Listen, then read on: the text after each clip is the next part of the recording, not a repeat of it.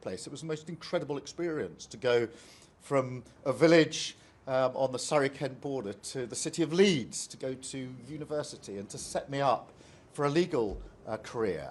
A really fortunate chance for me to fulfil potential.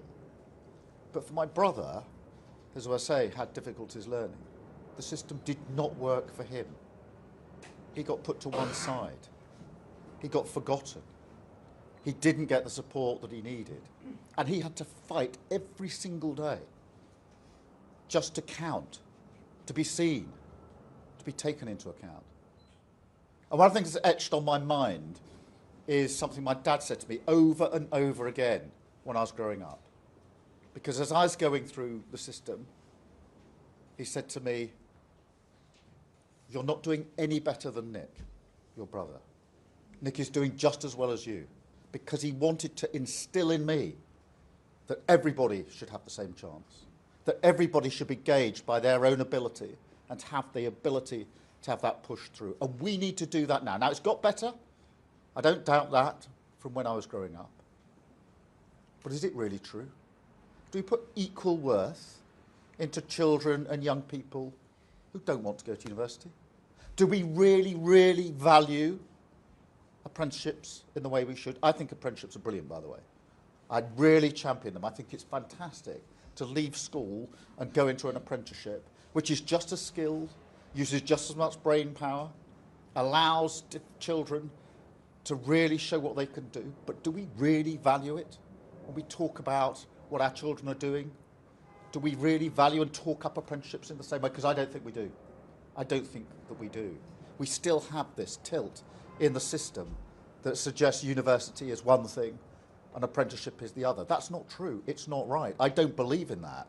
And we need to level this up. We don't believe enough in work, the power of work, what people can do at work. We don't talk this up enough. And so we need to change the system. We need to fight the system. We can't be complacent about this and simply say, well, it's all right, we shrug our shoulders. We've got to fight, fight, fight for the children and young people who need our assistance to make sure they can go as far as their potential and their talent and their ability would take them. So we're fighting for them. And we're about to do a white paper, which is where governments get to set out their proposals about how we make education more inclusive so that every child gets that chance, whatever their background and whatever their ability, they get that chance to go as far as they can on their own abilities and their own talents. So that's what we're pushing forward. And I want to talk about another aspect of challenge for children and young people, and that's social media. Now, confession, I have two teenage children. My boy is 17 and my girl is 15. So I see this in the way many, many parents do, with a real sense of concern about the time that's spent on social media, the content that's available on social media, the addictive nature of a lot of what's happening on social media, the way it draws children in and takes away other aspects of their growing up because it's all online, it's all on their phones or their screens in front of them. I don't think there's a parent in the country who isn't worried about this, by the way. I really don't. Everybody's worried. And they feel, how am I supposed to police this on my own as a parent? And it's very, very difficult. And we as a government need to be up there alongside parents, providing leadership and support for them when it comes to social media. And we will. Now, we've already announced that we're going to do a consultation on banning social media for under-16s. And that will start very soon.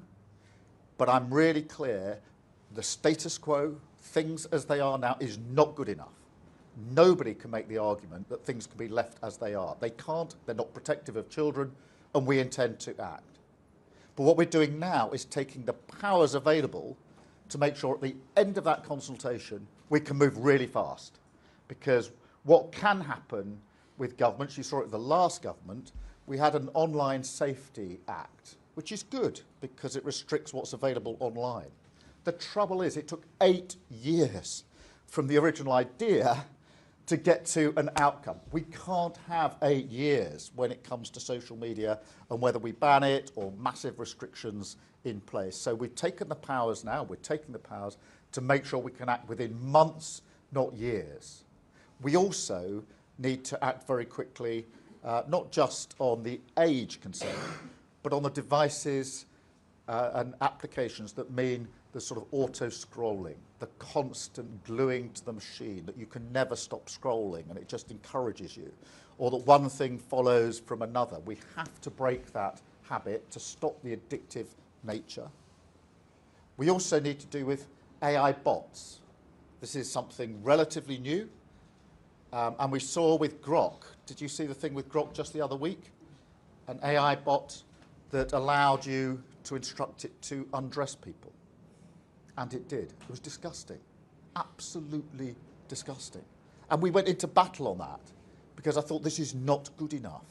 We went into battle, we made the necessary steps, we threatened action, and we won that battle in relation to Grok, but we've got to do it with all AI bots, and we will do it. And we can do that by amending some of the legislation that we've already got in place. So that is where we're going with this. That is what we need to do. The status quo is not good enough. We need to protect our children, and this government is making protecting our children a #1 priority. So whatever is necessary in relation to social media, we will take those steps.